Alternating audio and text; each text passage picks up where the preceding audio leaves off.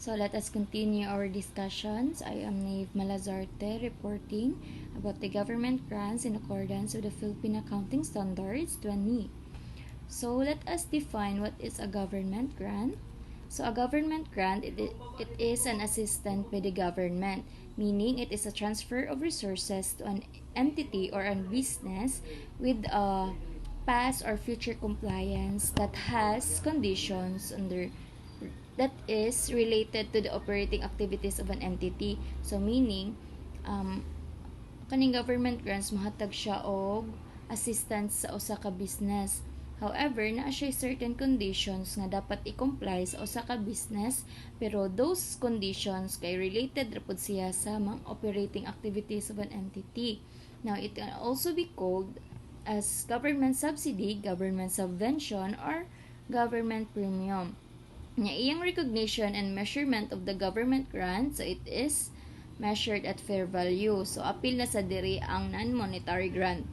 Now we have two classification of government grants. It is the grants related to asset and grants related to income. Now this grant related to asset, it has conditions such as if it purchases or construct dili mangani otherwise acquire long-term asset, then it is a grant related to asset.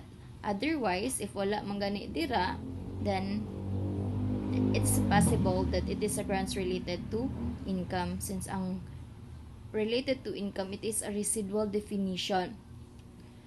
And then muna siya. Let's proceed now to the government grant accounting. So this natay upat ka buok. So it is a standard that focuses on a certain condition. So grants in recognition of specific expenses should be recognized as income over the period of the related expense. So meaning, the grants given by the government has a specific expenses. Meaning, ang katong gihatag nga grant nga gihatag sa government, na siya specific expenses, na siya specific nga gastuhan lang. So for example, if ay mong business is ang pagtukod sa building, gihatagan ka og cash sa government, so ang pagtukod sa building ra gyud ang gastuhan. And then here naman po, sa grant related to depreciable assets shall be recognized as income over the periods and in proportion to the depreciation of the related asset. So here, what are those depreciable assets? So diba na atay machinery and it has a useful life. So atong buhaton ani is ang katong grant nga gihatag sa usa ka government, for example cash, nag-contain siya o bayad for that certain building, and it is 20 million for example, and it has a 10 years useful life. So we're just gonna divide it to have the income from deferred government. So income of the government grant. So we will just have an example later on. So let's proceed to the third one. So it is a grant related to non-depreciable assets requiring fulfillment of a certain condition shall be recognized as income over the period which bear the cost of meeting the condition. So kani po nag-focus po siya sa non-depreciable assets. So unsa may mga non-depreciable assets nato, we have land, for example mo na siya. And then lastly mo ni siyang pinaka-unique one because diba na may mga specific conditions nga ginahatag ang previous nga mga standard, ang kani siya wala. So a government grant that becomes a receivable as compensation for expenses or losses already incurred or for the purpose of giving immediate financial support to the business or an entity with no future related cost shall be recognized in profit or loss of the period in which it becomes receivable. So, kung ano siya, ang purpose niya kay immediate financial support to the business. Muna siya, compensation for expenses or losses na incur o saka business entity. So, let's have an example. So, the illustration 1 about the grants and recognition of specific expenses. So, the problem is, on January 1, 2021, Alapag Company received a grant of 15 million from the local government of Baguio in order to defray safety and environmental costs within the area where this enterprise is located. The safety and environmental costs are expected to be incurred over 3 years, respectively 2 million, 3 million, and 5 million. Now, we have the requirement. So, ang requirement na to is how much income from the government grant should be recognized in 2021. So, ang year na to is 2021. Then, we're going to provide the journal entries of the current year. Assuming the company uses gross method and net method.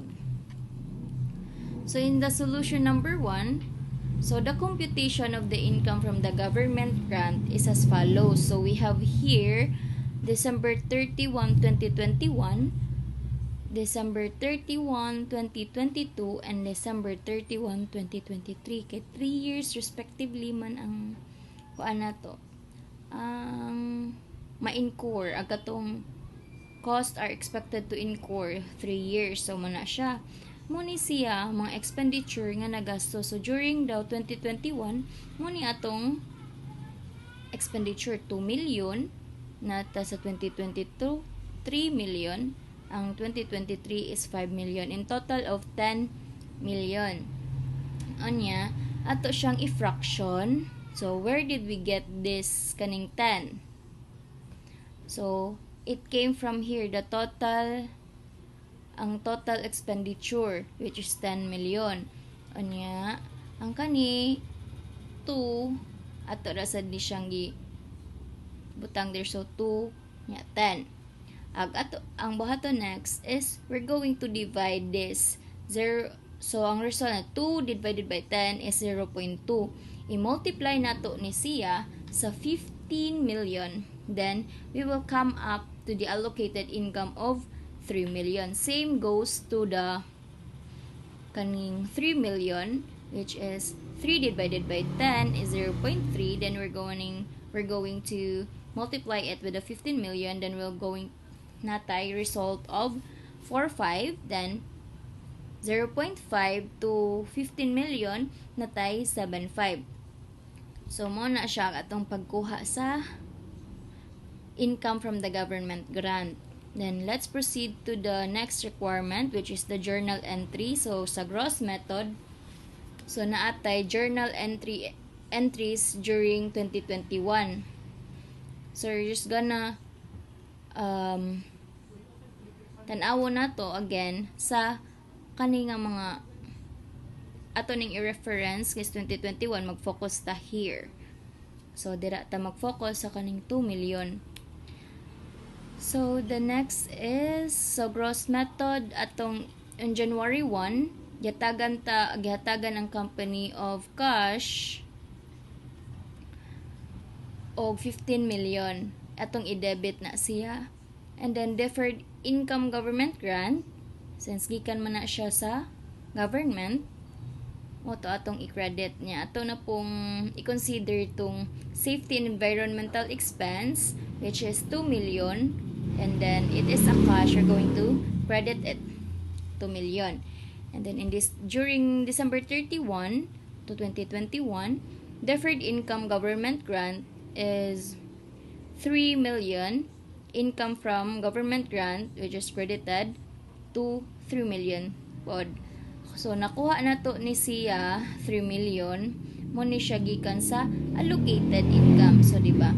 2021 man ta, December 31, 2021, ay expenditure, same ragod kato. Muna nakuha na to siya ang 3 million. Now, in net method na pod, same na pod siya. Sa naagihan naman nato ning gross method and net method, diba? So, kaybaw na mo sa difference. So, in sa net method, we're just going to debit the 15 million. Same goes to the gross method. Yeah. atong i-credit ang deferred income government grant to 15 million. And then, ang safety and environmental expense, ato ni siyang i-credit. And cash, which is 2 million. Yeah, ang during December 31, the deferred income grant is 3 million. So, overall, it is a 3 million siya. However, ang diri lang dyan sa net method, separate lang siya sa ang safety and environment expense of ang income from government grants. So, we have an explanation, ana.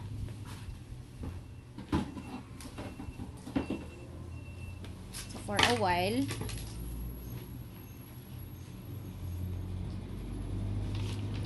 so, the total debit to safety and environmental expense is only 2 million. Thus, the amount that will be credited is up to 2 million and will require additional credit of 1 million for income from government grant. So, muna siya. So, comparison of gross and net method, ang statement of financial position, ang deferred income government grant is 15 million minus 3 million. Kay mo man ni siya ang government grant kani government grant gihatag sa gobyerno, and then minusan nato siya og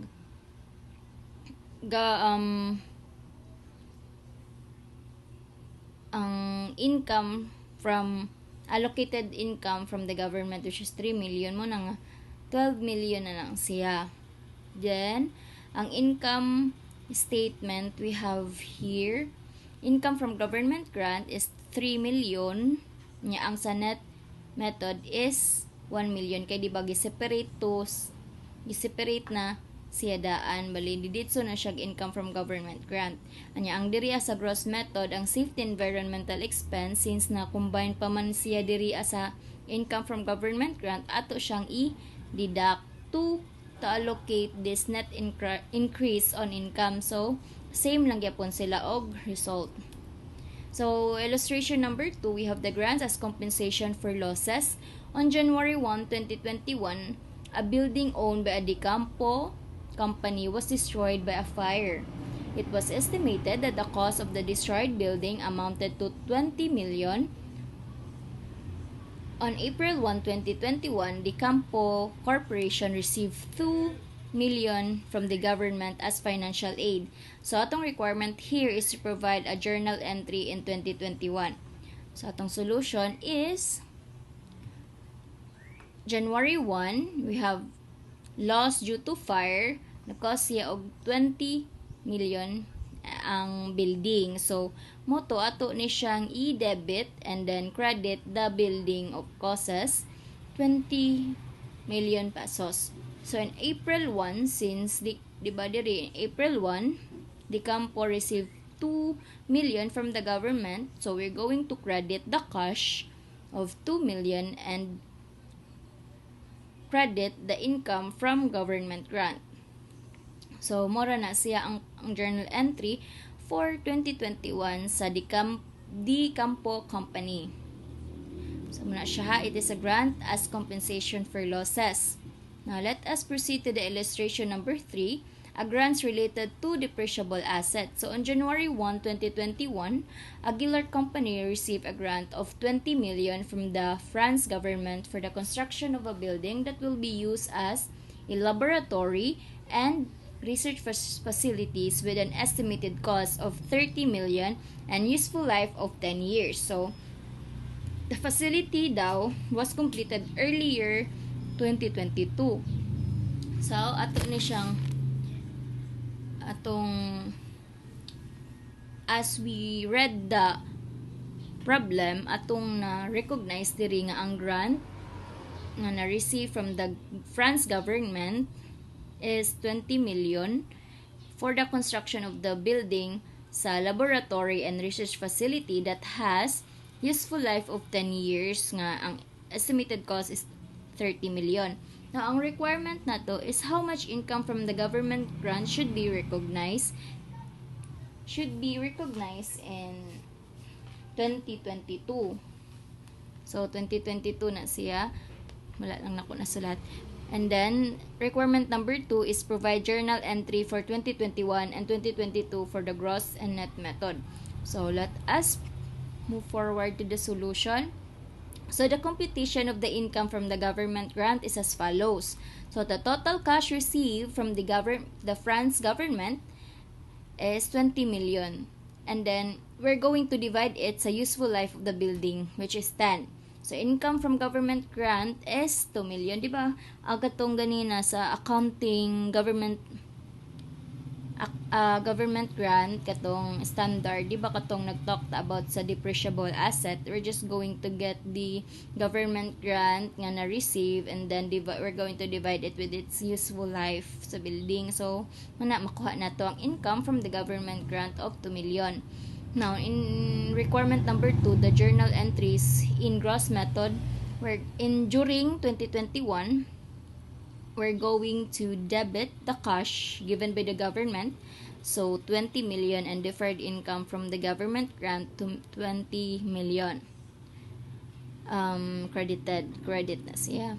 Then, pagka 2022, ang building ato siyang i-debit that causes 30 million. And then, cash, credit, to 30 million. Deferred income, government grant during December 31 nga 2 million, asa na to na siyang nakuha, di ba? Katong government grant nga gihatag sa France government, i-divide na to siya og 10 useful life of the building mo to, nakakam up ta og 2 million. Muna siya. And during kanipong depreciable expense, kaning 30 million ato pud ni siyang nakuha ka sa, di ba nag-cost katong ang facility, ang laboratory and research facility og 30 million. So dira na to siya nakuha kay mo depreciate baya gyud ang usa ka building. So muna siya ang accumulated depreciation atay 3 million. Now, ang kanipong net method journal entry, we have here 2021, we're going to debit the cash 20 million and then credit the deferred income government grant of 20 million. And during 2022 January 1, we're going to debit the building of 30 million, and then same goes to the cash of 30 million. Deferred income, same lang gihapon. So the deferred income government grant is 20 million and then the building credited to 20 million. Anya ang depreciation expense nato siya, mura ni siyang accumulated depreciation, murag gi-minus na siya tanan sa katong sa cost sa building, minusan siya sa government grant, unya ang useful years. So 30 million minus 20 million is 10 million divided by 10 useful years. So, nakakam up taog 1 million. Mura ni siya ang journal entry sa net method. Now, ang question is, what if ang usa ka business wala siya ka-fulfill sa conditions sa usa ka sa government, di ba? Baliktad, ang government grant, it is an assistant with a certain condition nga related ra pod sa operating activities of an entity. So what if na fail siya?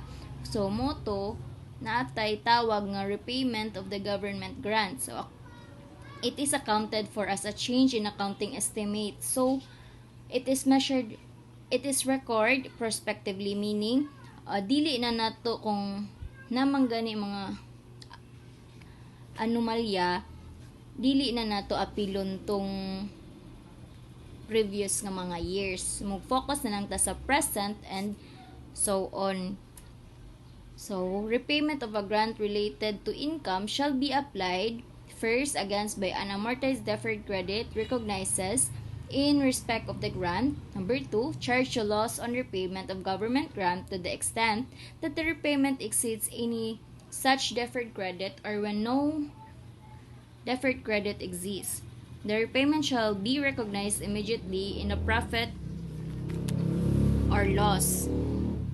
Now, the journal entry to record repayment of the government grant is, we're going to debit the deferred income government grant and loss on government grant, gi-squeeze na siya, and then credit na to ang cash. So, muna siya. And then, we have here the illustration for the repayment of the government grant related to income. So, on January 1, 2021, the Linger Company received a grant of 15 million from the local government of Baguio in order to defray safety and environmental costs within the area where the enterprise is located. The safety and environmental costs are expected to be incurred over 3 years, respectively 2 million, 3 million, and 5 million.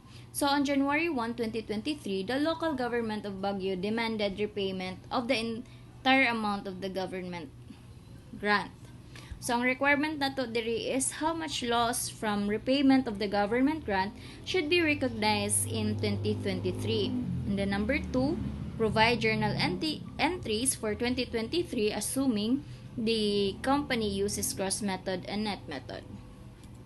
So we have here the solution for the loss from repayment of the government grant. So same lang gihapon siya, di ba kani nga ka-familiar ba mo ani nga problem? Same ni siya sa ganina. So we're going, so kay baw na mo nganong mao ni siya nganong naka-come up the allocated income of 3 million, 4.5 and 7.5. Okay, ato ni siyang gi multiply sa 15 million. So, ang requirement number 1, ang cash repayment loss sa man nga year, 2023. So, sa 2023, ta mag-focus.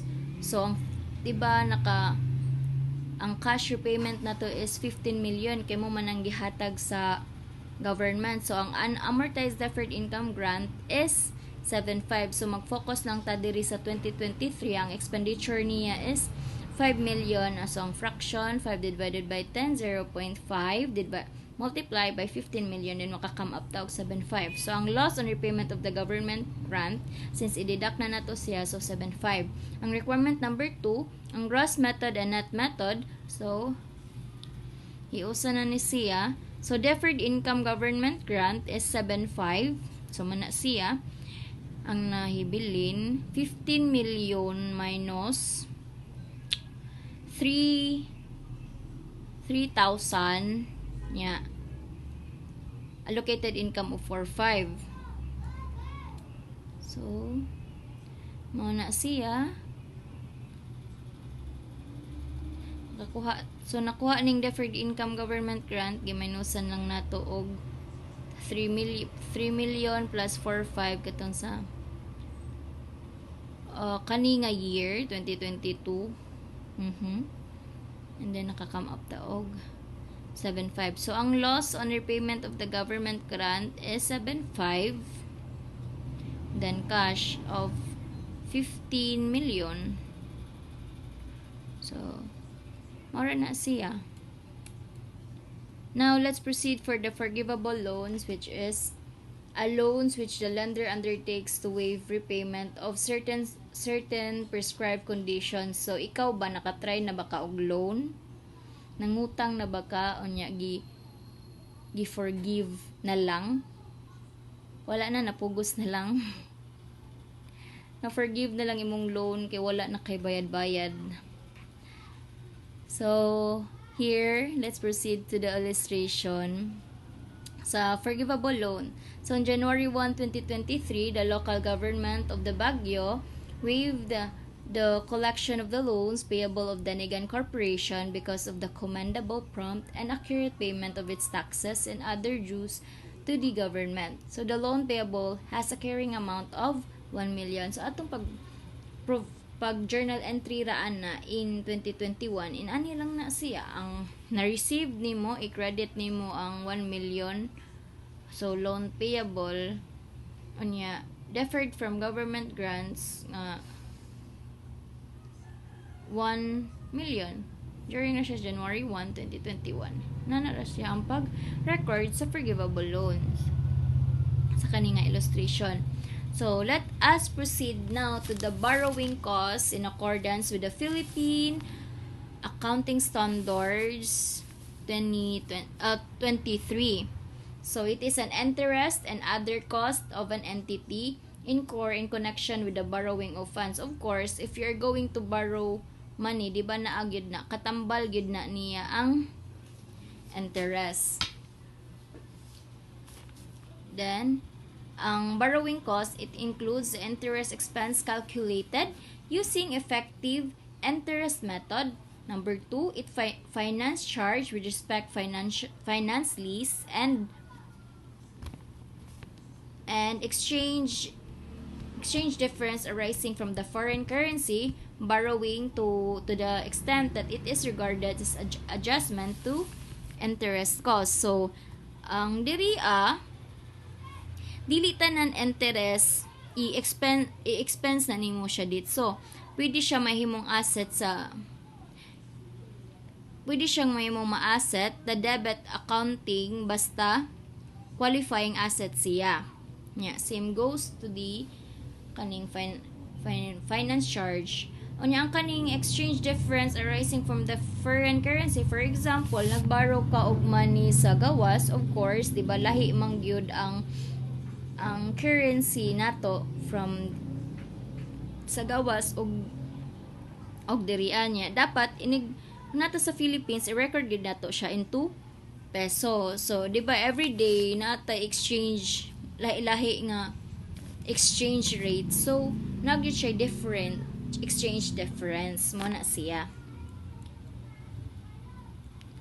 And then next, natay ang atong qualifying asset. A qualifying asset is an asset that necessarily takes a substantial period to get ready for its intended use or sale. Ang meaning ani siya, first, nakoy question ninyo. So, ang qualifying assets ba, considered na siya as asset? So, ang answer nato here is no. Kaya ang kaning qualifying assets, since it is qualifying, pareho gud nato before ta mo third year, di ba, nag-qualifying exam ta para mahibaw-an if qualify ba gyud ta mahimong third year. So, it is still preparing to become an asset and it takes time, which is substantial period, to become asset. So, natay example here ang manufacturing plants, power generation facility, intangible asset, investment property. Of course, dili baya ni siya kausahon ra nimo og himo, di ba? It takes time para mahimo na siyang asset, magamitan na nimo siya. Unya ang kanipod excluded from capitalization na atay qualifying asset measured at fair value such as biological asset. Now, kaning biological asset, these are actually plants and animals. Diba? For naka-business of piggery or mga manok, diba, it takes time po siya para ato siyang mabaligya, mapuslan nimo siya. Pero it takes substantial period of time. So, nga nung excluded man siya, it is because ingon diri sa standard nga ang qualifying asset measured sa fair value wala kapasta fair value, wala siya appeal. Number 2, inventories, even if it takes substantial period of time to get ready for sale. Onya, ang katulo is ang non-qualifying asset. And then here we have kaning commencement. Kani dapat ni siyang mametanan sa usa ka entity. So, for a borrowing cost, sa kaning commencement, suspension, and cessation of capitalization. So, here in the commencement, it incurs expenditure, incurs borrowing costs, activities that are necessary to prepare. So, mauna siya. Of course, we're going, para dili ma-qualify siya, we have to, this, kay mas ma-met dapat ni siya. So here in suspension, an entity shall suspend capitalization of a borrowing cost during extended period in which it suspends active development of a qualifying assets. Now, for example, nag-construct ka og bridge, unya ni baha, di ba? Ang baha, it is a nature kay di man nimo makontrol ang ulan, ang bagyo, di ba? So maong ma-stop siya pila ka weeks. So, muna siya nga ang question kay ma-capitalize ba gihapon siya. Yung answer na to here is yes, kay normal man siyang sa geographical location. So ang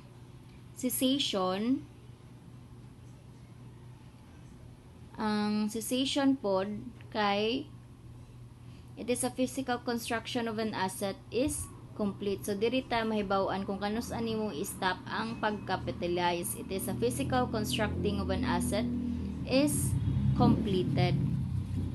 So, next is naanatay accounting for a borrowing cost.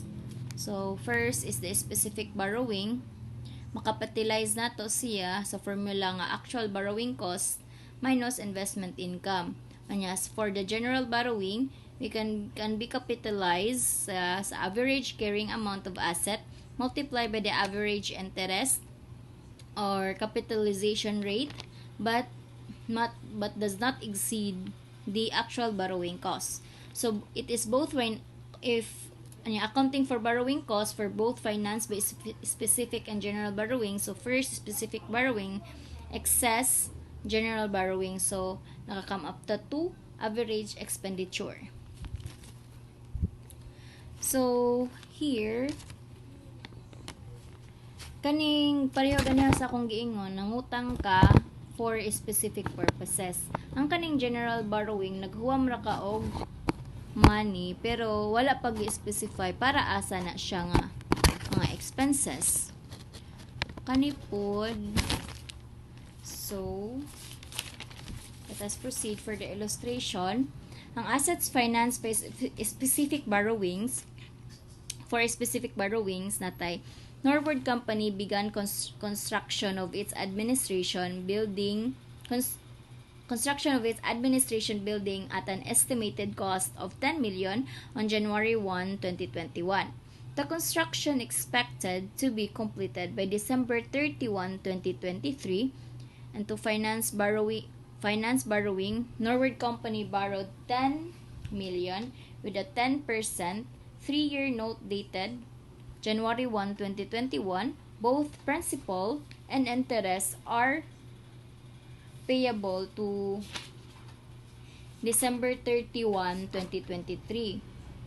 So in the first phase of the construction, there were idle funds which the company investment. So income from this investment was 50,000.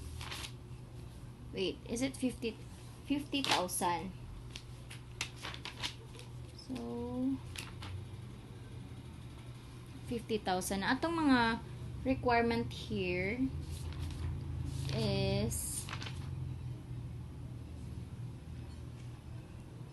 assume, so in case number 1, assume that the use of simple interest. So ato dong i-assume nga ang atong gamiton kay nag-use siya og simple interest. So ang mga question here is how much is the capitalization borrowing cost in 2021? How much is the interest expense in 2021? Number 3, how much is the investment income in 2021? And we're going to prepare for the journal entry in 2021. In the case number 2, we're going to assume the interest is compounded quarterly in 2021. So, ang question na to here is how much is the capitalizable borrowing cost in 2021? How much is the interest expense in 2021? And how much is the investment income in 2021? And lastly, we're going to prepare for the journal entry in 2021. So, here, let's going to proceed now for the solution for the case number 1, simple interest. So, ang requirement number 1 atay actual borrowing cost of ano siya? Diba? 10 million nakahawam tag kanang borrowing cost of 10 million. However, natay 10% nga 3-year note. So, mo to siya nga ang 10 million i-multiply nato siya sa 0.10 nya makuha nato ni siya ang 1 million. I-less nato siya sa investment income nga 50,000 which is here. Income from its investment is i-deduct nato siya muna ang capitalizable borrowing cost nato is 950,000 na lang. Ang requirement number 2 which is how much is the interest expense. So same goes sa gihapon siya sa imong pagborrow nga 10 million i-multiply nimo siya sa 0.10. So came up ka og 1 million here and then i-less nimo siya ang capitalizable borrowing cost gikan here to 950 mo to ang interest expense nimo is 50,000. So ang requirement number 3, how much is the investment income sa 2021? So ang income nimo is 50,000. Although the investment income is used in computing the capitalizable borrowing cost, it will still be recorded as investment income. So, and lastly, ang atong pag-prepare sa journal entry. So, here na siya during February. Actually, this is not 2. It is December 31, 2021. Interest expense, we're going to debit the 50,000. Ang building, ang 950 ni siya. So, I'm just gonna edit this later. So, kuan ni siya. Okay. Ato na siyang i-edit karon ha. 950 na siya. And then, it is 12. Okay. Let's continue. Okay, okay na siya. So, we're going to gidebit na to siya ang building og interest expense. Kay baw na ta, asa ni gikan ang kaning asa ni nga mga gikan. And then, wait, ato sang i-edit kay daghan jud siya wrong. So, interest expense, debit po na to ang building. Nya ang cash na to is 1 million. So, gikan na siya here sa actual borrowing cost. Nya ang kaning cash, ato ni siyang i-debit niya. Investment income is credit. So, diri. Muna siya ang interest expense. So, next is anhita sa asset financed by the general borrowings. So, the Gabi Company began construction of its administration building at an estimated cost of 2 million on January 1, 2021. The building was completed on December 31, 2021. The company had the following loans outstanding during the year 2021. Now, we have here the rate of 10%. Ang type niya is general loan. Ang principal is 500,000 niya. Kaduha is ang rate of 12% with the type of loan payable. Ang principal is 1.5. The following expenditure were made during 2021. Moto ang date nato here is January 1, 2021, July 1, and November 1, 2021. Ang amount nato during January 1 is 300. Ang July is 700. Ang November is 600. Na ang requirement, what is the cost of the building on December 31, 2021? So here, compute for the capitalization rate for general borrowing. So, general borrowing sa ta. So, di ba ang rate na to is 10, 12 niya. Ang principal is 500 o niya 1.5. Nya ang atong interest imo na siyang i-multiply. Again, i-multiply na to ang kaning principal sa rate. So, 500,000 i-multiply nimo sa 10%, so 0.10. So, maka-come up tog interest of 50,000. So, as kaning principal sa 12%, di ba, mura ra kag muto nang utang ka. So, makakuha ka ana. Yeah. Kung ikaw pala utang, murag makahibaw gid ka ani. Sure. So, ang total interest nato here is 230,000. Ang whole principal is 2 million. Ang capitalization rate is 230. I-divide na to siya 2 million na atay 11.50% tanan nga interest. Now, we are going to compute for the weighted average carrying amount of the expenditure. So, diba, balik ta sa atong problem. Diba mo ni mga expenditure nga na-incur kanang January 1, 300, 700, and 600 muna siya. Muna siya ha. 300 months outstanding, 12. Nya 700 on July, natay 700 then 6 months. Okay. January 1. So, ang months outstanding is still 12 nya. Kaning July, natay 6, and then of course, November, na natay November, and then moto ang outstanding month na lang is 2. Moto ang amount nga ma-incur nato imo i-multiply lang gyapon nato ang 300,000 to 12, maka-come up ta og 36. So as 700 and multiply to 6, we have 4 2. Let's check.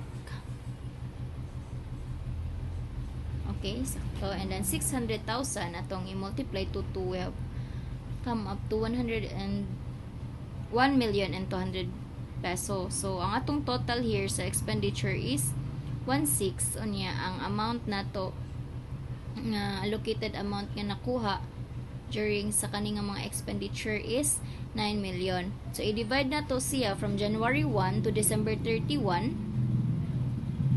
na ang 9 million i-divide nato siya of 12. Okay, moto makakuha ta sa weighted average carrying amount of 750. So step 3, compute for the average borrowing cost or avoidable borrowing cost. So ang weighted average carrying amount of 750, which is here, nakuha nato na siya. And then ang i-multiply nimo siya sa capitalization rate katong 11.50%, and then the number of months outstanding 12/12, and then weighted average cost mo na nga 86,250.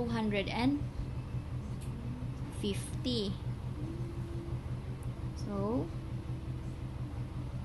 munang nakuha na nato ng weighted average borrowing costs.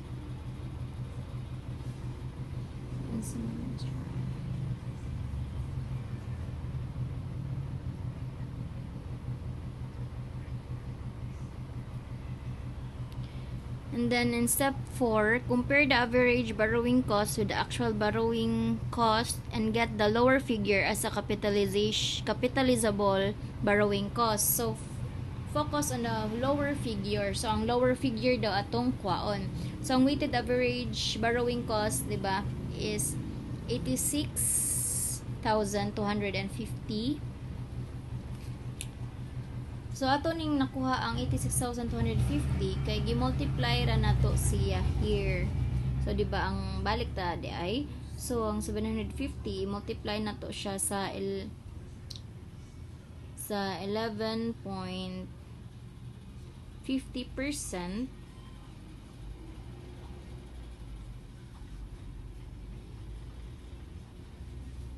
Unya, muna nga, makakam up ta og 86,000. So, ang 750, multiply na to siya sa 0.1150,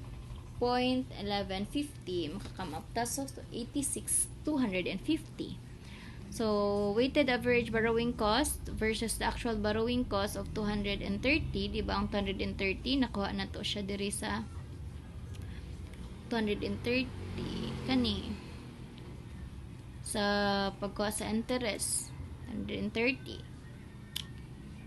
So, ang capitalizable borrowing cost, so, ang atong kwaon here is ang katong lower figure, which is ang 86,250. So, ang total expenditure nato nga 16, di ba? 16 man to. Di ba? Total expenditure kaning diri sa from January, July, and November mo ning mga 9 core nga mga amount. So, 16 in total. Muna siya ang total expenditure. I-plus na nimo siya sa capitalizable borrowing cost of 86,250. Muna ang total cost of the building nato is amounted to 1,686,250. Muna siya. So, let us proceed now for the assets financed by the specific and general borrowing. So, in a usual or traditional approach, under this approach, all expenditures for the construction of the qualifying asset are weighted before deducting the amount related to the specific borrowing to arrive at the weighted average expenditure for general borrowing. Note that this will be used if the problem is silent and for purposes of the PAL examination or PAL examination. So, note ha nga, if ang problem ko nga kay silent, so, matik nga itong gamiton is ang traditional approach. However, napud tay alternative approach. Kani siyang traditional approach and alternative approach, magamit ni siya sa assets financed by specific and general borrowings. So, under this approach, it is assumed that the expenditures incurred obtaining a qualifying asset are first allocated to the specific borrowing, di ba? Ganina akong gipakita kay first na to is ang specific borrowing niya. Ang kaduha is ang general borrowing. So, the remaining expenditures are allocated to general borrowings and weighted to get the weighted average expenditure for the general borrowing.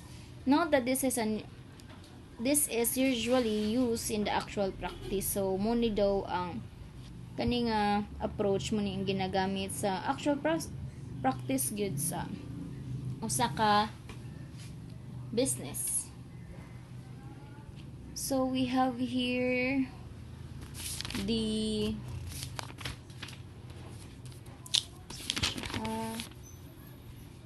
journal entry for the specific borrowing. Ang actual borrowing cost, we're going to debit it. So, i-less wad na to siya sa income, investment income. And then, we're going to total it. Total na to na siya. So, para makakuha ta sa specific borrowing.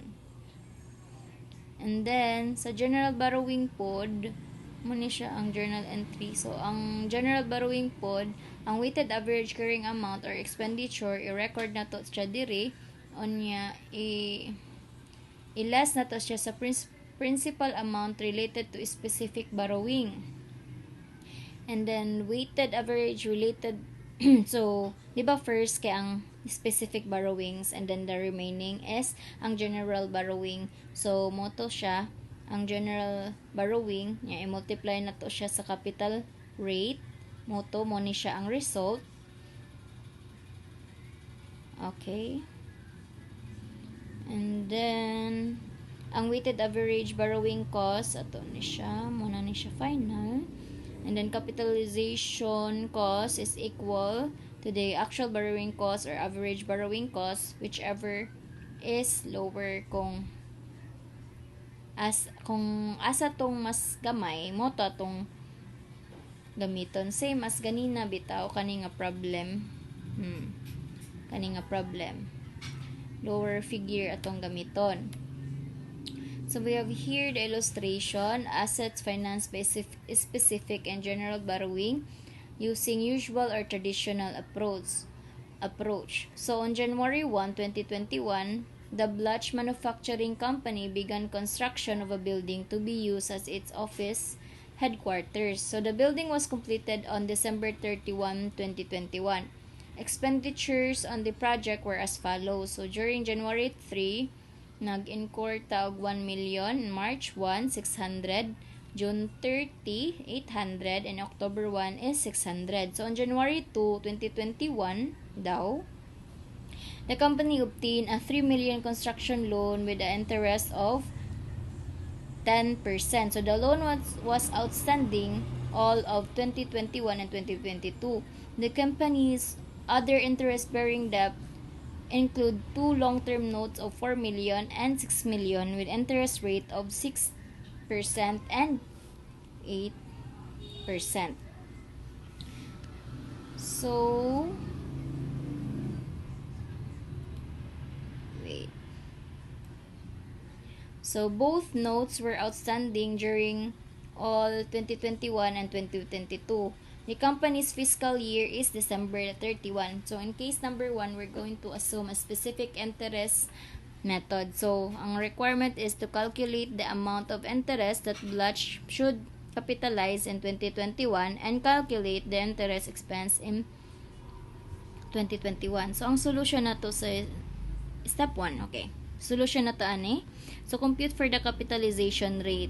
So, ang long-term notes na to is, di ba, nag-kuan siya here, og the company other bearing debt na mga long-term nga mga interest. Long-term notes kay 4 million og 6 million nga naa siya interest rate of 6% and 8%. So, ato na siyang i-multiply. So, 4 million 0.6 itong nata interest of 214. So, as this 6 million to multiply to 0.8. So, nata 480. In total of 750. And then, ang principal nato is 10,000. Total na siya nga amount. Interest is 750. So, to get the capitalization rate, ang 720 total nato is atong i-divide sa total principal mo to nakakam up ta og 7.20% nga capitalization rate. So, na-answer na nato ang number 1. So, compute for the weighted average carrying amount of expenditure. So, mo ni siya ang mga date, di ba ganina, nga expenditure of mga mo ni ang mga na-incur nya months outstanding muna siya 12, 10, 6, and 3. So, pila man ang 1 million times 1 million. Ang kani, wait.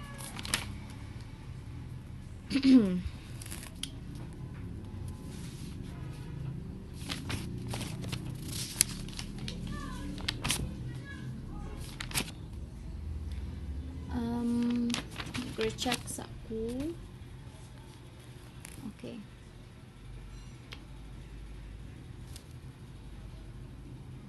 So, ang 600 and 1,000. So, 10 divided by 12 is 0.3. I-times naman siya sa 600. Moto nakakam up taog 500 and 1,000. Yeah. 6 divided by 12, 0.5. I-times naman sa 800. Moto 400. And 3 divided by 12 multiply to 600 mo to nakakam up tawag 150 in total of 2,050,000 mo na siyang weighted average expenditure. And step 3, compute for the average borrowing cost or avoidable borrowing cost. Ang observation na to here is the principal amount of a specific borrowing is 3 million while the weighted average expenditure is only 2,050,000. Thus, the company policy to use the rate of a specific borrowing, thus avoidable interest, is computed as the following. Di ba? Ang lower figure atong gamiton. If you can still remember, mo tao nga ang requirement number 1 aray na pud ta, ang weighted average expenditure nga atong gigamit is ang 2,050,000. I-multiply na to siya sa specific borrowing rate of 10%, which nakakam up ta sa avoidable interest expense of 205,000. Then requirement number 2, specific borrowing of 3 million, i-multiply nimo siya sa katong specific borrowing rate of 10%, mo to 300,000 atong nakuha, and then general borrowing 720. Ang total borrowing nato is 1,000,000 to 1,020,000. So i-less pa jud nato siya sa capitalized borrowing cost of 205,000. So ang atong interest expense is 815,000. So ana siya. And that is all about my report. So we're going to proceed to the next reporter, all about the subsequent expenditure. So that is all. Thank you.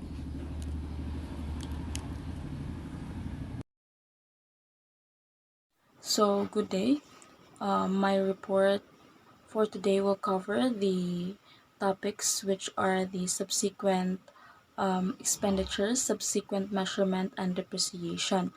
So, for subsequent expenditures are like it occurs after acquisition or initial recognition. So, subsequent expenditures may be incurred in relation to the PPE, wherein it is classified as two types, which is the revenue expenditure and the capital expenditure. The revenue expenditure is defined as the cost that provides benefit only for the current accounting period. So this type of expenditure is treated as expense since it is because it is incurred for the purpose of generating revenue in the current accounting period. Then the second type is the capital expenditure, where it is defined as the cost that provides benefit over more than one accounting period. Then it is ang treatment niya is asset wherein capitalized siya. So capital expenditure represents an investment in long-term assets that will provide benefits to the business beyond the current accounting period. So nga mong gitreat siya as assets since it is incurred to acquire, improve, or extend the life of an asset. Then the recognition of subsequent costs, wherein the subsequent cost incurred for PPE shall be incurred as an asset when Najay the conditions, it is probable that future economic benefits associated with the subsequent cost will flow to the entity. So by meaning of the future economic benefits is that mo results siya into bigger, or the cost makes the asset bigger, the cost makes the asset better, and the cost makes the asset last longer. So there are 4 examples of subsequent cost. The first one is the additions, wherein na ay i-add or na ay enlargement or extension sa asset na physical, wherein the physical na increase the physical size or capacity as sa asset. Then the second one is the improvements or betterments, wherein na changes sa asset, na ay modifications or alterations. Then the third one is the rearrangement cost, wherein na ay relocation or reinstallation sa asset. Then the fourth one is the repairs, wherein there are changes sa asset in order for it nga motaas ang iyang useful life or ma-replacean ang broken parts.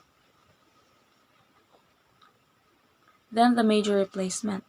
So accounting for major replacement depends whether, so na ito ka condition, the separate practicable separate identification practicable and the separate identification not practicable.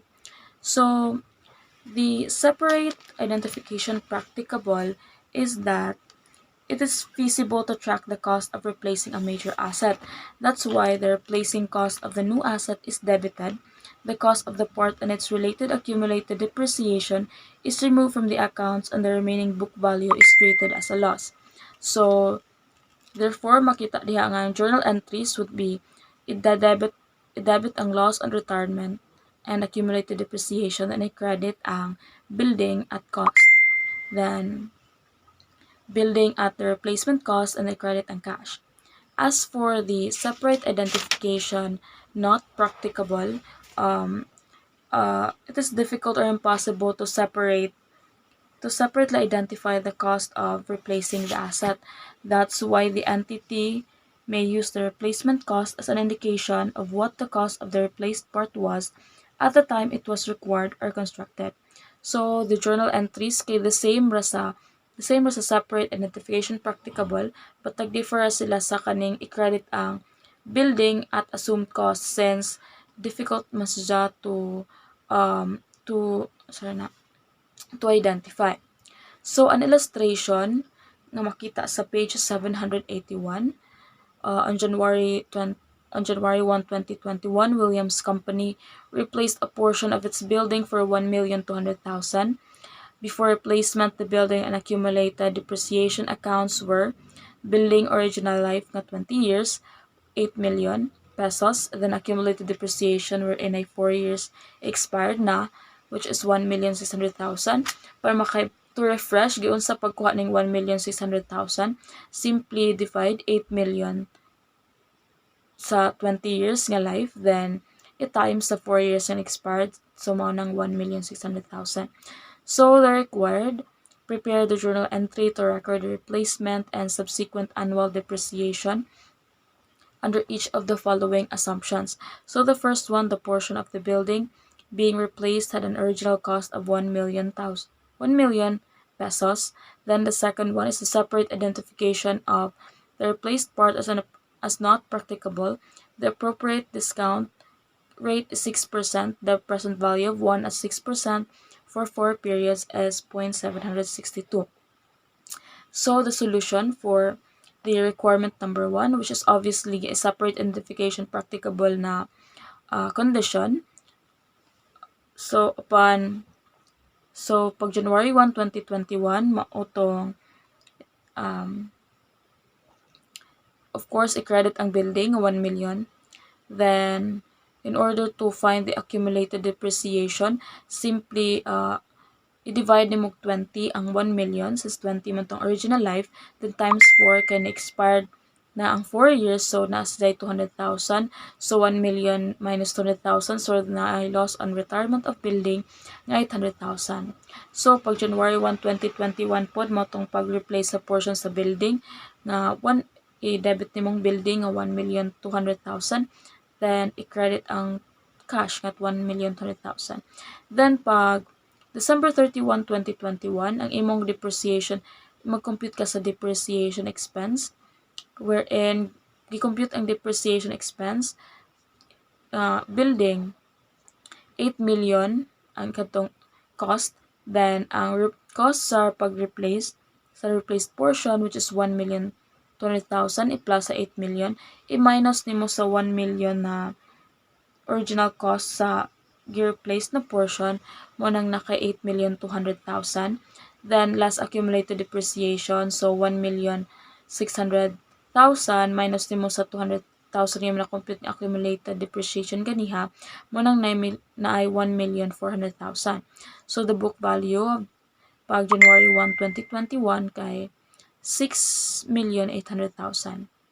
So i-divide na nimo ni ang book value sa remaining life nga 16 na laman kay 20 minus 4 nga na-expire, so 16. So therefore nakay depreciation expense at the year end nga 425,000. So then i-credit nimo accumulated depreciation nga 425,000. For the requirement number 2, which is separate identification not practicable, the same process, but naglahi ra ni siya since nasa siya present value. So the building dili 1,200,000 ibubutang mo sa i-times sa present value of 1 at 6% for 4 periods, which is given as a problem nga 0.792. Mo na siyang i-multiply, then nasa siya 950,400. In order po to find the accumulated depreciation, simply ang 950,400 na cost sa building, divide mo 20 times 4, then nakay 190,080. So, imo silang subtract, then nakay loss on retirement of building nga 760,320. So, another journal entry pag January 1, the same sa requirement number 1 ay building and cash, which are both 1,200,000. Then for the year end nga depreciation expense, the building, in order to compute depreciation expense, the building 8 million plus 1.2 million minus the 950,400, so nakay 8,249,600. Then the accumulated depreciation, i-deduct nimo ang kadtong imong na-compute nga accumulated depreciation ganiha sa 1,600,000. So naay 1,409,920. Then i-subtract na kay book value pag January 1, 2021 nga 6,839,680. Then divide mo sa iyang remaining life, which is 16. Then nakay depreciation expense nga 427,480.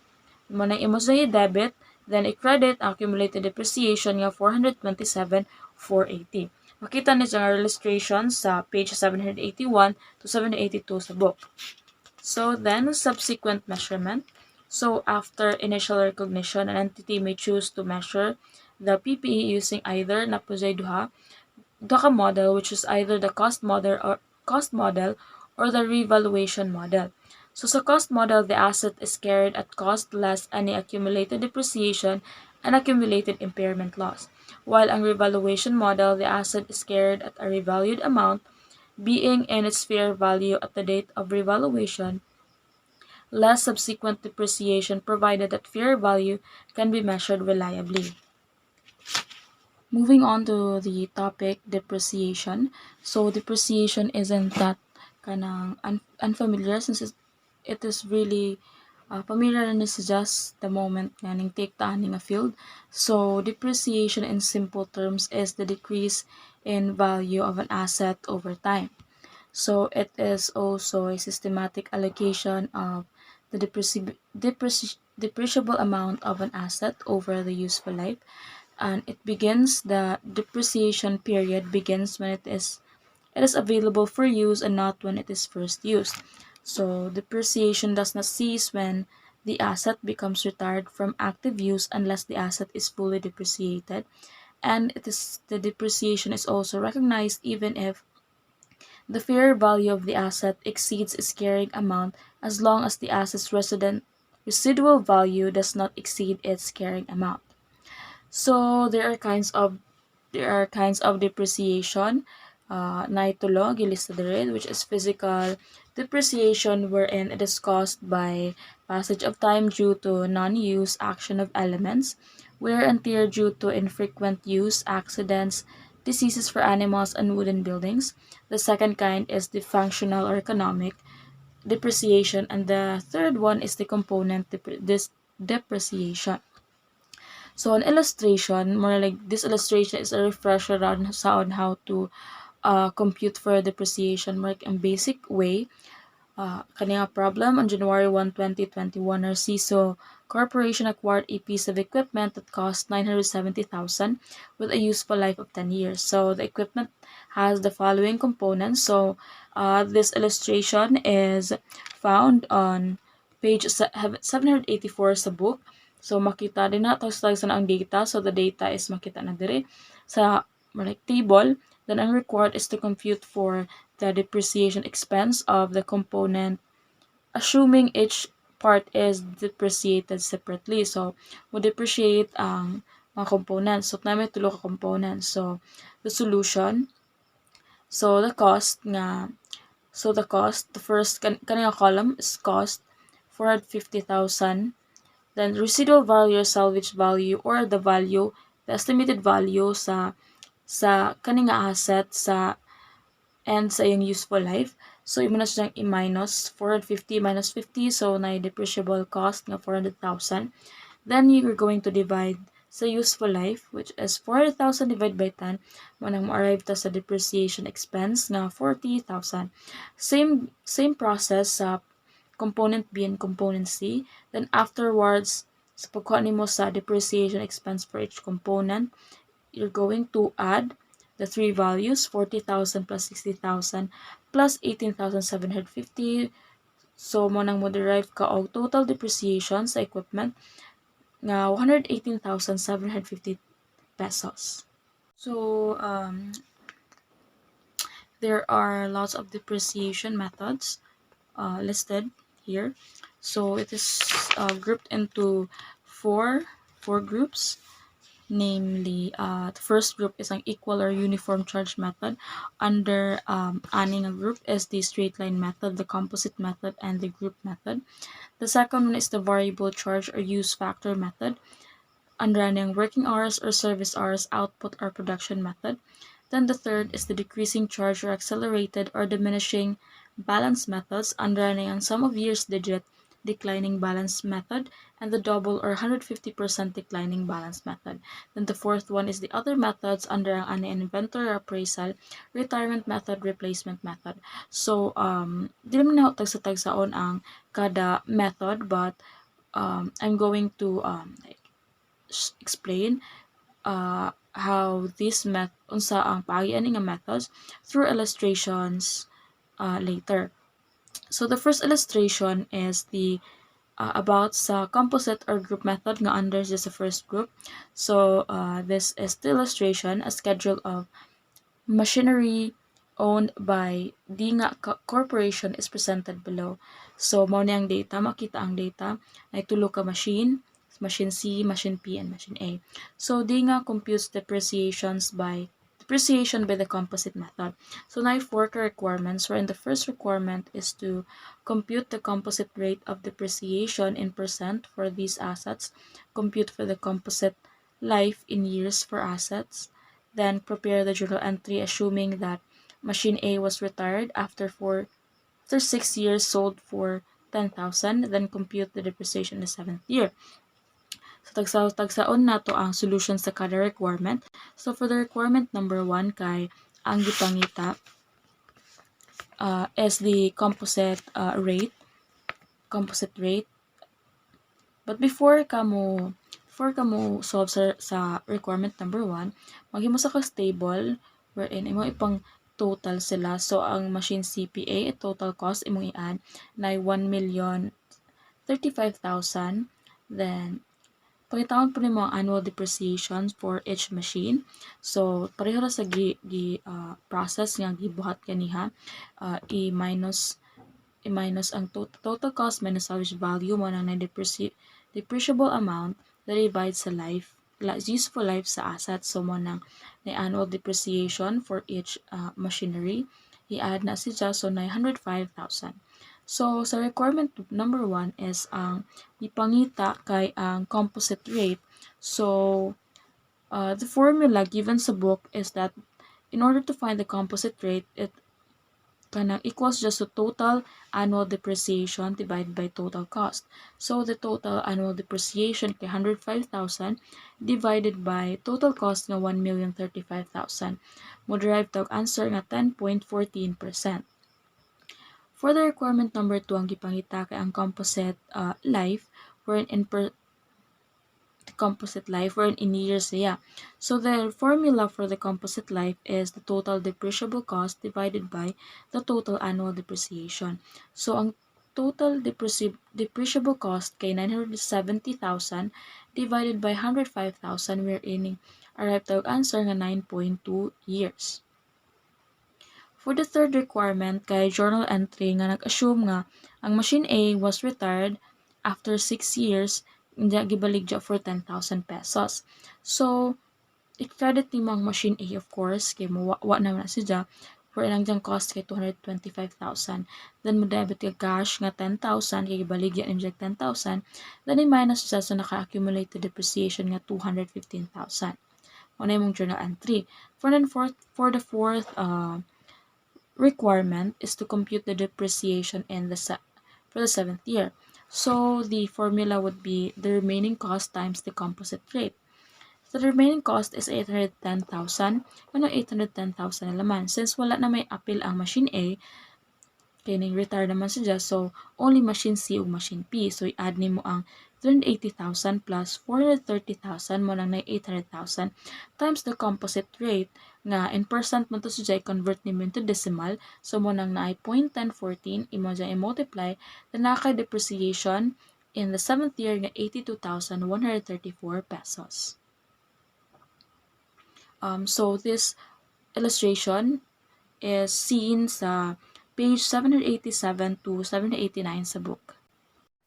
So, another illustration which is nag-comprise na sila sa different methods of depreciation wherein mo na makita dira ang the equipment of Kelly Co. has the following data.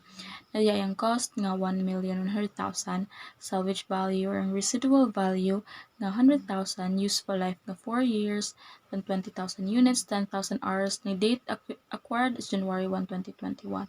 So, makita na dire ang year required. Prepare the depreciation table for 2 years under the following methods. By meaning of 2 years is 2021, 2022. So, na 8 ka requirements which comprise of ang first requirement is ang straight line method. Number 2 is working hours method. Units of output method. Then sum of the year's digits. Then sum of the year's digits gihapon pero nag-assume ka nga imong gi-acquire pag April 1, 2021. Then the double declining balance method. Then another double declining balance method nga nag-assume ka nga date of acquisition kay April 1, 2021. Then ang 8th requirement nga 150% declining balance method. So tagsa-tagsaon na to siya.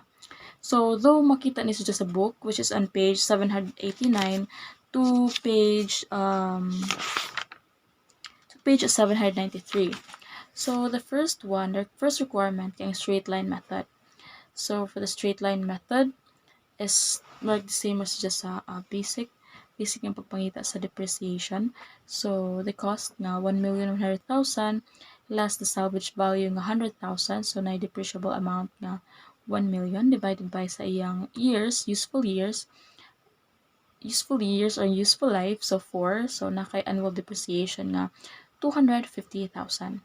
So paghimaman sa og di ba og depreciation table for 2 years. So pakita nimo diha ang so mo niyang sud sa table ang date, ang annual depreciation, ang accumulated depreciation, ang book value. So sa pag January 1 mo na gi-acquire nimo ang the equipment. So naay 1,100,000 ang book value. So pag agi sa end of the year nga December 31, 2021, so naka-annual depreciation nga 250. So na po kay accumulated nga depreciation nga 250, so i-minus na nimo siya sa 1,100,000 na kay as of December 31, 2021 na kay 850,000. Then for December 31, 2022, mao gihapon nimo annual depreciation 250. So i-add nimo yung accumulated depreciation. So for December 2022 na kay 500,000 nga accumulated depreciation. Then i-minus nimo yung annual depreciation sa book value balance pag December 31, 2021 nga so na kay book value nga 600,000. So for the requirement number 1 imo accumulated depreciation pag December 2022 kay 500,000 pesos and the book value is 600,000 pesos. Then the second requirement is the working hours method. So for the working hours method, gibutang dira nga Kelly Corporation used 3,000 and 3,500 working hours for the product it manufactured for the years 2021 and 2022 respectively. So actually there are not actually there is a book sa page 785 to 786 na diri ang summary sa formulas para sa computation sa depreciation sa different methods. Pero naog gisud sa akong presentation since magamit man ni siya sa makita ram ni siya sa illustration sa pag-compute sa kada method. So the formula for the working hours method is the depreciation per hour.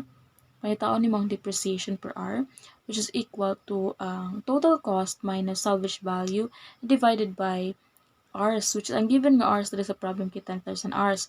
So, manang 1,100,000 minus 100,000 divided by 10,000 hours na ay 100 pesos per hour. So, mo nang naghimo na po kag table, the same ng book value. So, kadiri sa December 31 is 100 per hour times 3,000 working hours na given. So, na 300,000 annual depreciation. Same sa accumulated depreciation. Imo sa diyang i-minus sa book value mo nang naa kay 800,000. Then, for the next year nga 2022, 100 times 3,500 working hours, wala na kay 350 nga annual depreciation. I-add mo sa accumulated depreciation. So, na kay 650,000 yung accumulated depreciation as of 2022. Then, i-minus nimo sa book value ang 350,000. So, na kay 450,000 nga book value pag 2022. Then, for the third requirement nga units of output method is, pangitaw nimo ang unit per unit. So, the depreciation per unit is the same ra sa depreciation per hour per unit sadya. So, 1,100,000 minus 100,000 divided by 20 units sa given. So, na ay 50 pesos per unit. Then, ang table, the same ra sa previous nga 1,100,000 ang book value. Then, pag December 31, 2021 kay 50 peso per unit times 2,000 units which is given sa diri sa requirement nga part. Then, na 100,000 nga annual depreciation. Same accumulated depreciation, then i-minus mo sa book value, morning na ay 1 million pesos nga book value pag December 31, 2021. For December 31, 2022, 50 times 2,500 na kay 125,000 nga annual depreciation. I-add na nimo sa accumulated depreciation ni mga 100 na kay 225,000. Then, i-minus din nimo sa imong annual depreciation pag 2022, i-minus sa book value mo nang nakay book value pag 2022 nga 875,000. Then, for the requirement number 4, which is a sum of the year's digit, wherein ay yung formula kay the sum of the year's digit is equal to life times the quotient of life plus 1 divided by 2. So, sum of years given kay 4. So, 4 plus 1 kay 5 divided. So, 4 times 5, 20 divided by 2. So, na 10 years. So, the same sa book value, 1,100,000. So, sa December 31, 2021 is 4 man ang years, diba? Ang sum of years. So, 4 divided by 10 times 1 million, mo nang 400,000. So, mo pa na accumulated depreciation, minus ni mo ang 400,000 sa 1,100,000, mo na 700,000. So, for December 31, 2022, 3 na laman ang imong i-divide sa 10 since nakuha naman ang years, ang sum of years. So, same times 1,300,000, i-minus ni mo 700,000, 400,000. So, naka-accumulated depreciation for 2022 nga 700,000 with the book value nga 400,000. Then, for the requirement number 5 is the same as siya nga sum of year's digit, but ning assume ka nga ang date of acquisition is April 1, 2021. So, mana. So, magsugod ka sa 300,000. So, 300,000, 1,100,000 yung ang book value. Then, for the depreciation nimo sa 2021 kay 300,000 kay konja 3 divided by 10 times 1 million, 300,000. Then, same na, i-minus nimo sa book value mo na 800,000. As for the 2022, since April man nimo sila gi-acquire, so, since the fraction should be used for 1 year, the depreciation for 2022 is computed as follows. So, magsugod ka sa January 1, 2022 and March 31, 2022. So 4 divided by 10 times 1 million times 3 over 12. Since 3 raman di man siya, since April man ni mo anak acquire, so na kay 100,000. So magsugod na po kag pag April 1, 2022 to December 31, 2022, na kay 3 over 10 times 1 million times 9 over 12 nga 225,000. I-total nimo sa jamo na kay 325,000 nga depreciation pagka end sa 2022. So, imagine i-minus sa book value o i-add sa accumulated depreciation. So, naka-accumulated depreciation by the end of 2022 na 625,000 and i-book value of 475,000.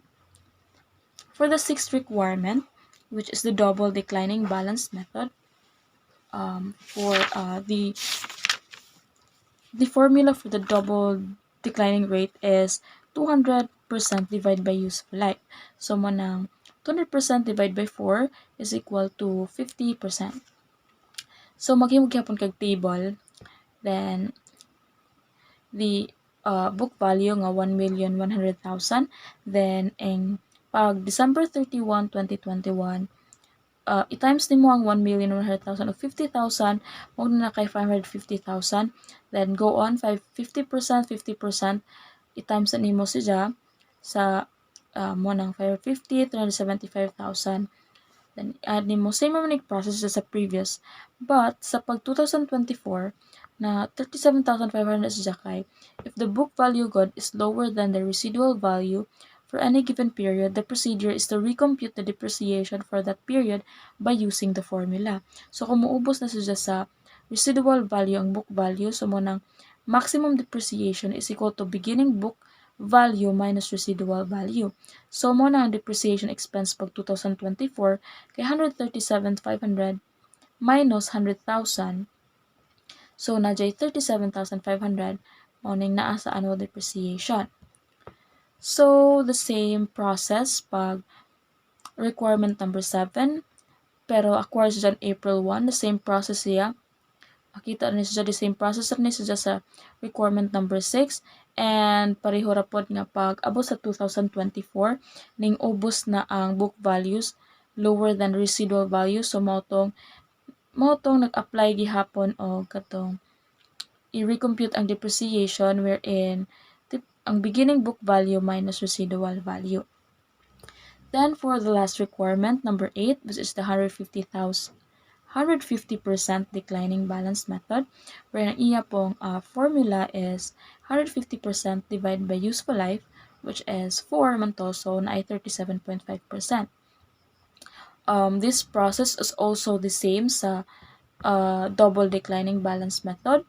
Unang imong i-times sa book value, then naka-annual depreciation, then accumulated, pang-add nimo ang imong annual depreciation sa imong accumulated depreciation, then imong i-minus sa book value up until og muubos mo nang og moabot sa 2024 nga mo lower than the residual value ang book value mo tong mag-recompute ka sa imong depreciation. So about to sa different methods, different kinds of methods sa depreciation. So, sa katong pag-solve sa illustration regarding sa different methods of depreciation, actually sa book, if nagsubay mo, if you're going to scan the book, ubos ato sa katong mga table bitaw is there are shortcut formulas mag-derive sa annual, sa accumulated depreciation o sa book value at the year 2022. But I think it's complicated bangkod, so mo nang I just opted for katong pagkuha sa paggamit sa formula and then paghimo ra sa table. So, depreciation based on revenue, a depreciation method that is based on revenue that is generated by an activity that includes the use of an asset is not appropriate. So the revenue generated by an activity that includes the use of an asset generally reflects the factors other than the consumption of the economic benefits of the asset. So included po sa topic ng depreciation is the change in estimate. The change in estimated useful life, salvage values, and change in the depreciation method are treated as change in accounting estimate, treated currently and prospectively. Since can change in estimate is sa depreciation is also treated man as change in accounting estimates wherein natakol na nato na naagian na nato sa atong intermediate accounting. So I'm not going to like explain since na familiar naman ni nato unsaon nato pag um, unsa nato pag compute, unsa nato pag solve. I'm just going to show you the illustration as well as the cases under ani and the solutions pod, which is also makita po ni siya sa page 793 to 795.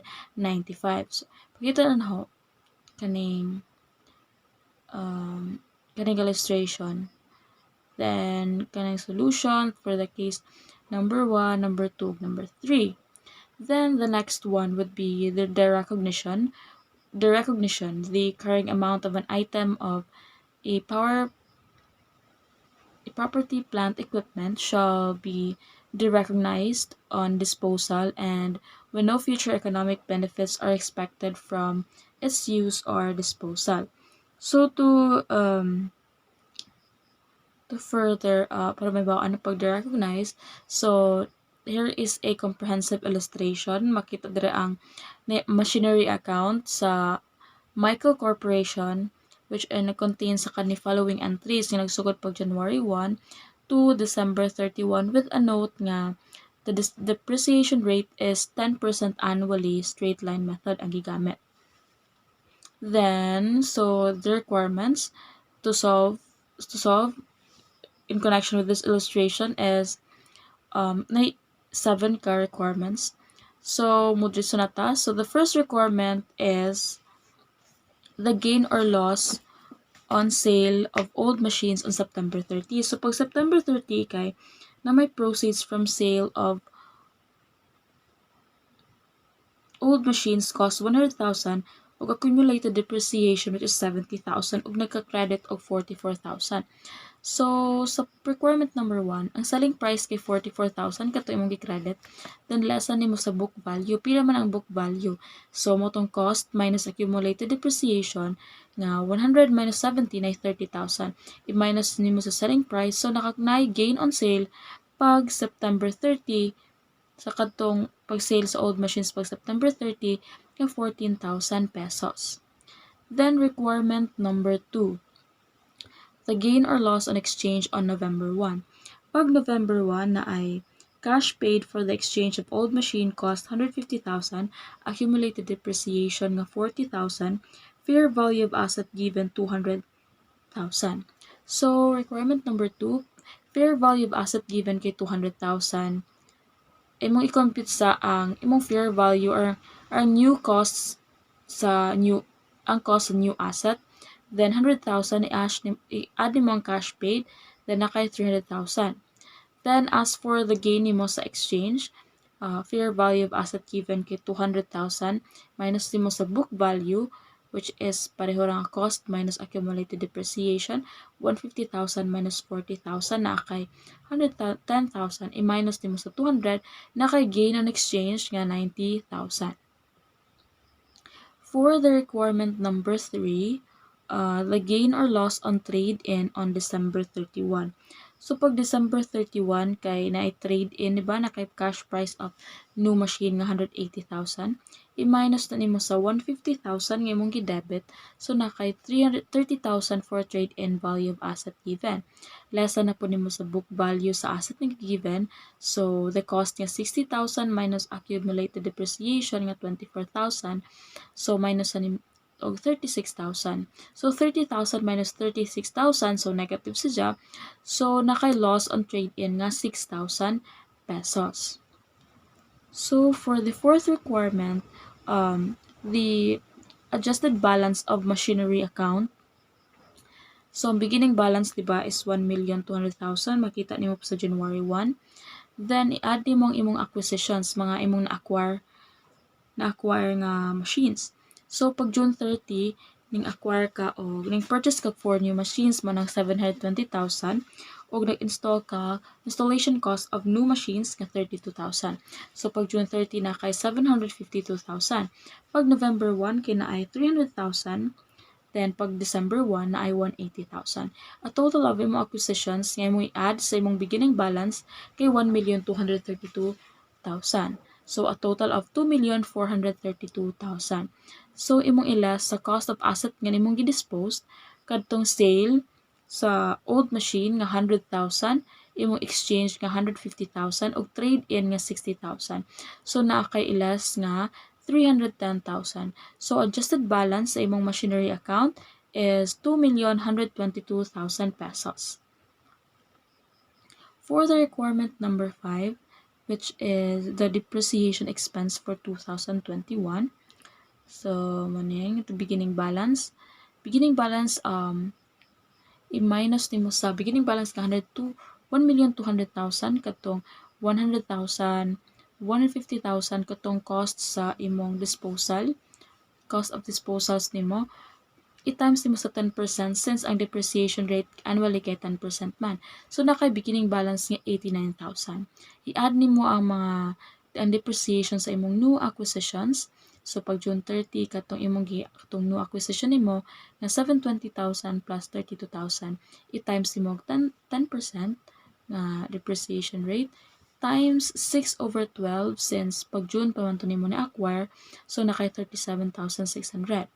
Then, November 1, same rapod, 300,000 times 10% to 2 months raman nimo nagamit. So, 2/12 mo ng 5,000. Pag December pod, kausa 1 month na nimo nagamit, so ng 1,500. So, na kay total of yung depreciation new acquisitions kay na kay 133,100.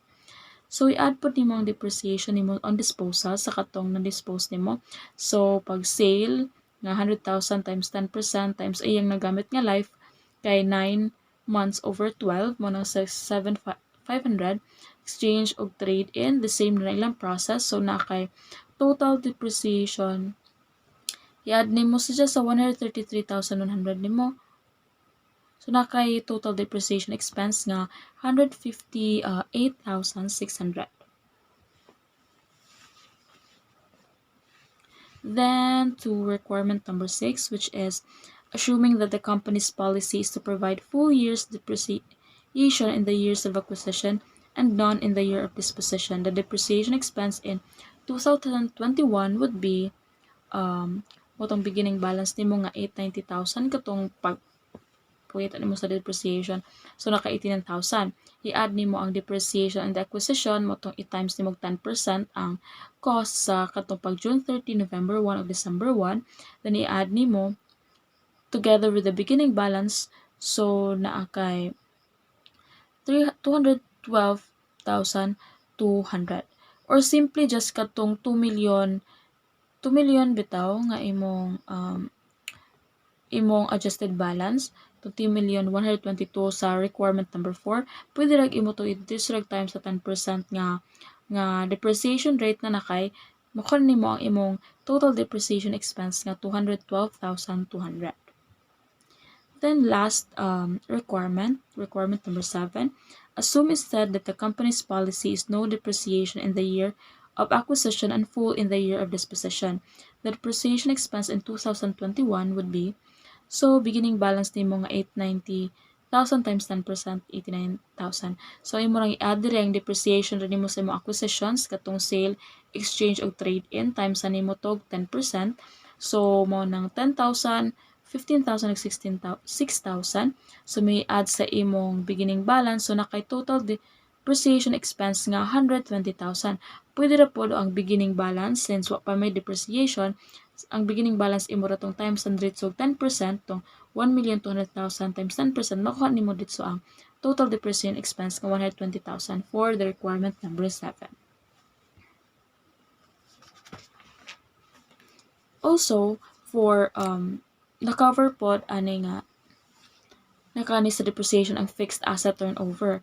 So, ang fixed asset turnover kay a ratio that uses financial statement data to roughly indicate how efficient a company utilized its PPE to generate sales. So, ang kani fixed asset turnover is familiar naman nato since na agian ni nato sa atong management katong mga financial ratios, 'di ba? Nga ang formula sa fixed asset turnover kay sales divided by the average property, plant, and equipment, or the net average sa property, plant, and equipment. So, na illustration for the fixed asset turnover, makita dira ang iyang data, kana nga data, going makita. Then, ang iyang solution would be, di ba, fixed asset turnover kay iyang cash sales kay 7,500,000 plus ang iyang minus sa iyang credit sales nga 6,150,000. Muna sa i-add, i-divide sa